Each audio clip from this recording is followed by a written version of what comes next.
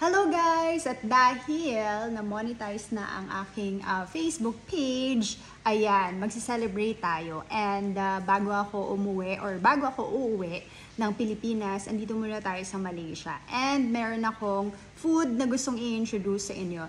Yung kanilang ayam goreng. It's actually fried chicken. So, kakain tayo. Get ready with me, pero kakain na version dahil medyo gutom na ako. And umorder ako nito sa Grab. So, yung ayam goreng is composed of, ang hirap pala nito, ang hirap pala ng, ng food review or tawag nito mukbang. Anyway, imamaster natin ito. Meron silang chicken, of course.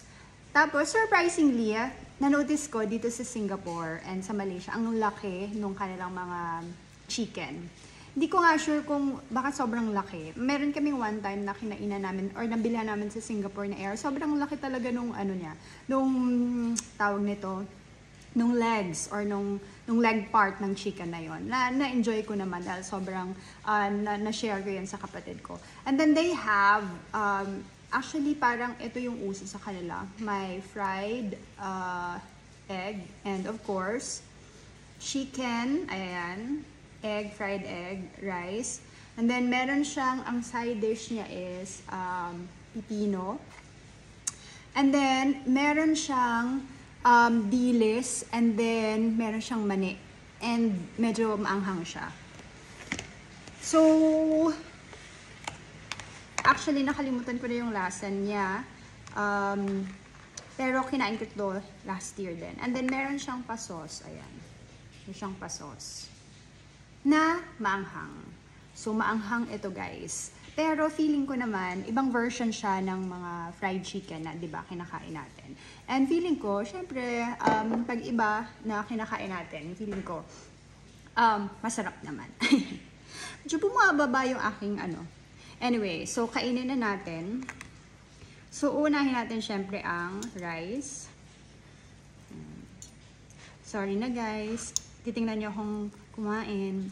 There are some people who don't like seeing someone na kumakain. I have a friend who messaged me na ayaw niyang nakikita akong kumakain kasi parang pet peeve niya. Anyway, sorry na. Eto na.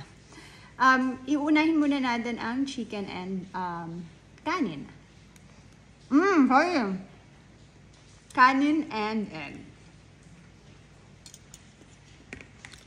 Siyempre, yung egg nila, same pa rin sa egg natin. Yung dilis.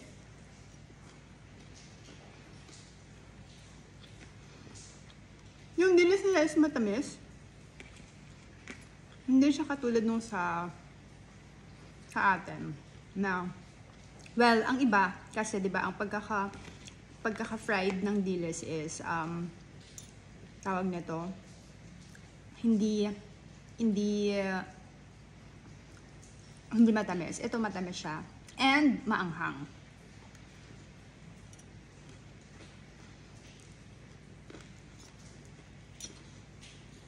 Ito talaga yung common na taste ng Malaysia, yung maanghang. Malaysia and Singapore is really maanghang. Sarap. Saan tayo?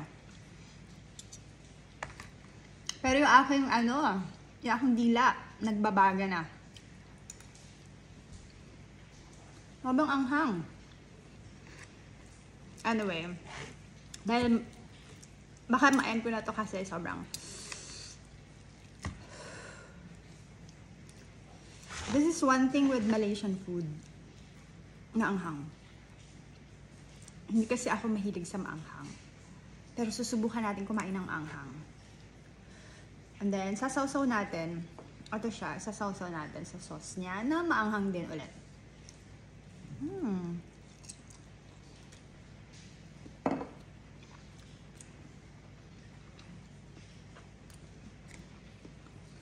So, this is ayam goreng.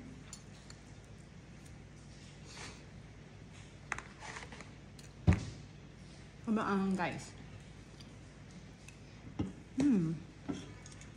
Ang anghang.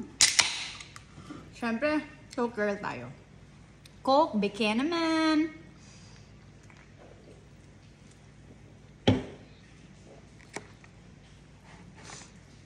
Sobrang anghang. Yun lang masasabi ko. But, masarap. Masarap siya. So, I think, hanggang dito na lang yung video ko kasi I don't want na tapusin yung buong video ko na kumakain ako and all that hanggang sa matapos talaga ako. I just want to post it as raw video kasi wala lang, naisip ko lang.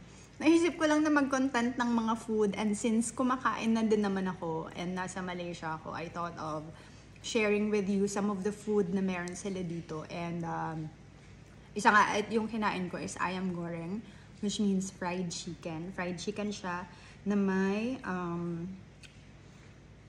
diles and then mani, na may mga side dish, and then egg. So, ayun lang. I think it's good for breakfast. Kung gusto nyo mag-breakfast, ito yung mga pagkain nila. So, I hope you enjoyed watching me eating. Ayan. And see you sa aking next na food trip series na wala pang title. Na pag-iisipan ko pa ako anong magiging title.